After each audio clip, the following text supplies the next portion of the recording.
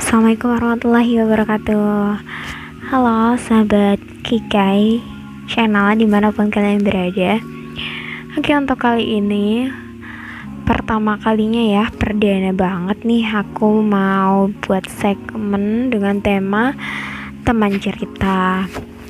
Nah, sebenarnya aku juga bingung sih mengawalin tema ini tuh dengan yang seperti apa, tapi aku rasa ini bisa menjadi sebuah ajang bahwa ketika kalian ya, terutama perempuan, butuh teman cerita, kalian bisa ceritakan di channel aku ini. Bukan untuk diumbar ya, tapi yang jelas nanti ada platform aku sediain lewat email ya. Lewat emailnya tanyafahira23@gmail.com. Jadi kalian bisa cerita di sana, tapi aku juga mohon izin nih, ini misalnya kalian udah masukin cerita di email itu, aku boleh dong ceritakan, tapi nggak aku sebut siapa dan apa, tapi cerita yang bakal aku sampaikan lewat ini nanti ya, lewat platform YouTube ini juga biar bisa diambil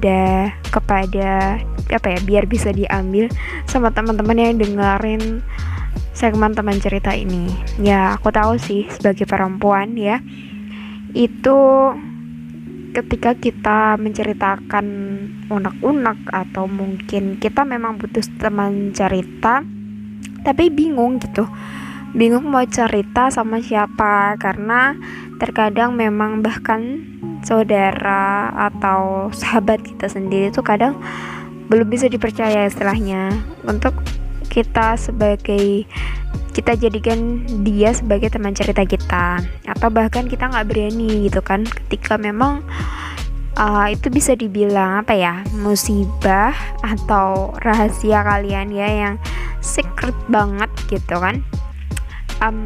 Tapi yang jelas ketika kita sebagai perempuan ya, itu pasti ketika menceritakan apa yang kita rasakan ke orang lain, atau bahkan nggak dapat sebuah solusi, tapi ketika kita udah cerita itu tenang ya kan, kayak gitu. Nah, itulah sifat dasarnya perempuan ya, atau sifat bawaan lah gitu. Aku juga perempuan, jadi aku ngerti banget sih, karena aku juga kadang cerita nih sama suami aku ya, aku udah nikah nih guys.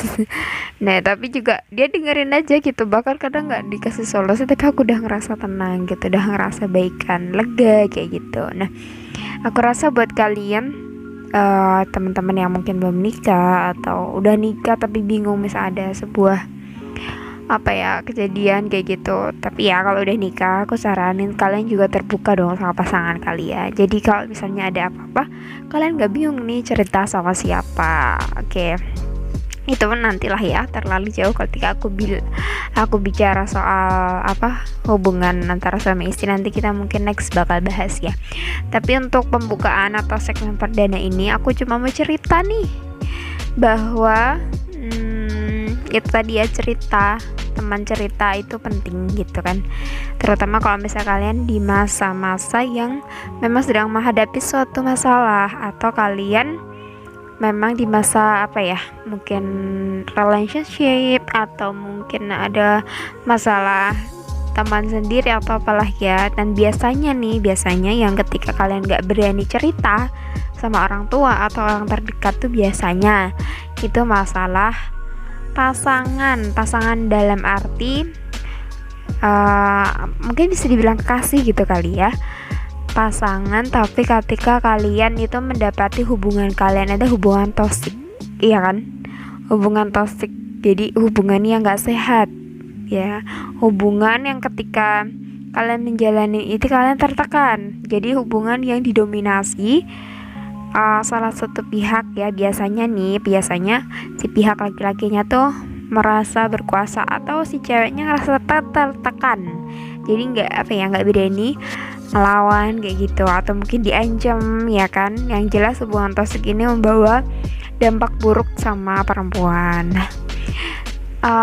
Ini pernah sih aku dapet cerita juga ya dari salah satu teman. Nah, yang aku bisa lakuin ketika dia cerita, ya aku kasih solusi bahwa kamu gak baik nih ketika kamu melanjutkan sebuah hubungan ini, karena ini kan hubungan gak baik. Terus kamu merasa tertekan dengan perilaku dia yang selalu berulang dan selalu nyakitin kayak gitu.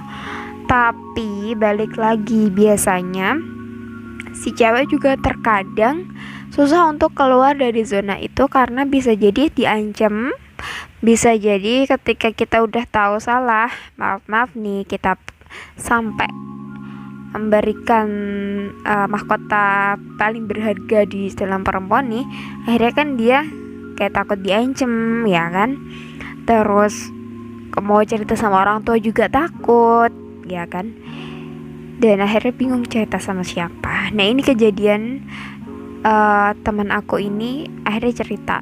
Tapi ini bukan aku kayak mengungkap kok diceritain gitu, tapi aku mau memotivasi siapapun yang mendengar segmen teman cerita aku ini, bahwa ketika kalian ada di posisi ini ya kalian keluar gitu.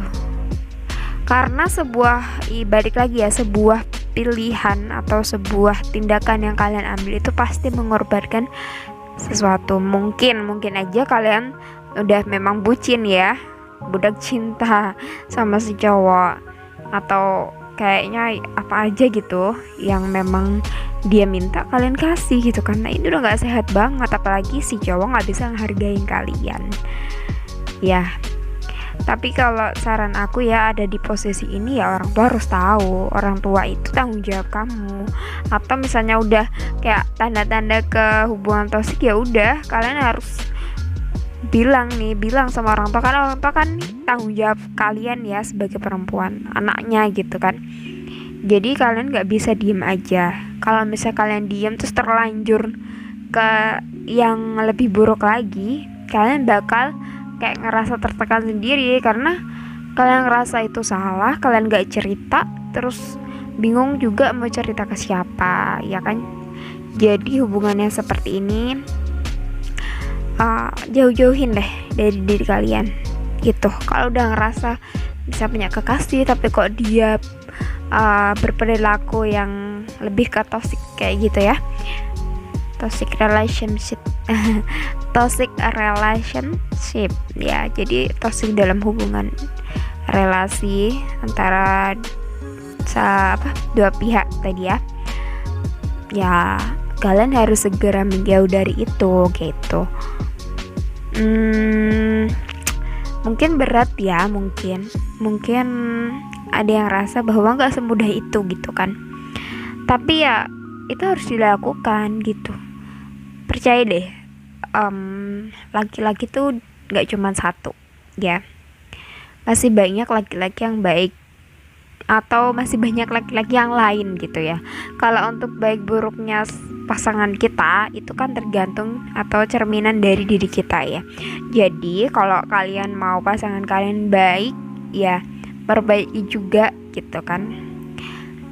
Tapi ya nggak bisa ditolak ukur juga kan, karena kalau namanya korban juga pasti nggak mungkin dong dapat laki-laki yang baik kalau namanya korbannya si perempuan. Nah ini juga kalian bisa hati-hati ya, semua tuh balik sama pilihan kalian sih. Kalau misalnya kalian nggak terlalu bucin, masih bisa berpikir logika sebagai perempuan, insya Allah nggak bakal dapetin hubungan yang toksik seperti ini. Jadi bisa mendapatkan laki-laki yang bisa memuliakan kalian seperti itu.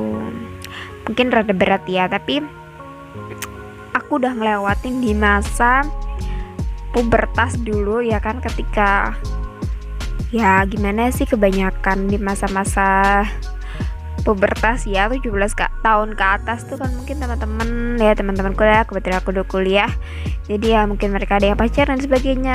Jujur kalau untuk merasa enak ya ada yang perhatian gitu kan, enak ya ada teman ngobrol, ada perasaan kayak gitu. Tapi aku punya prinsip bahwa aku nggak mau yang kayak gitu kan ya. Prinsip hidup orang kan beda-beda, tapi kadang itu ketika kalian di masa itu tuh kayak bingung ya kan. Kalau apalagi kalau misalnya orang tua nggak ada larangan dan sebagainya. Sebenarnya sama sih, aku juga nggak ada ya, orang tua aku mah nggak ada larangan sebenarnya. Cuman mungkin bekal dari aku kan dulu pesantren ya, SMP SMA nya, jadi mungkin bekal dari situ sih.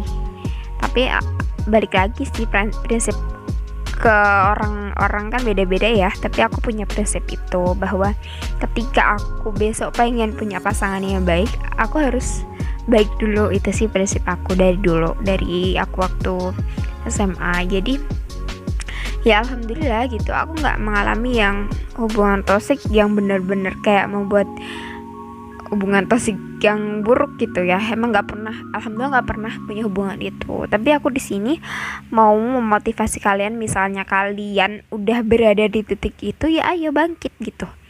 Masa depan kalian masih panjang, terus laki-laki nggak cuma satu ya kan, terus kita perempuan tuh punya harga diri yang tinggi gitu. Jadi kalau kalian yang dengar ini masih SMA gitu ya, kalian punya prinsip seperti itu. Kalau kalian mau pasangan besok baik, ya dimulai dari diri kalian gitu. Dan satu lagi, bahwa sebuah pacaran atau hubungan antara cowok-cewek itu nggak akan terjadi ketika kalian nggak saling mengungkapkan, ya kan. Nah kalau misalnya kamu suka sama cowok gitu, ya nggak ada larangan. Rasa suka itu nggak bisa kita tiadakan gitu kan. Tapi ketika kalian misalnya cowok suka sama kamu gitu kan, terus kamu, aku juga suka nih sama kamu gitu, terus cowoknya kayak nembak gitu, sekali emang iya kan, ya bakal terjadi hubungan toksik kayak gitu.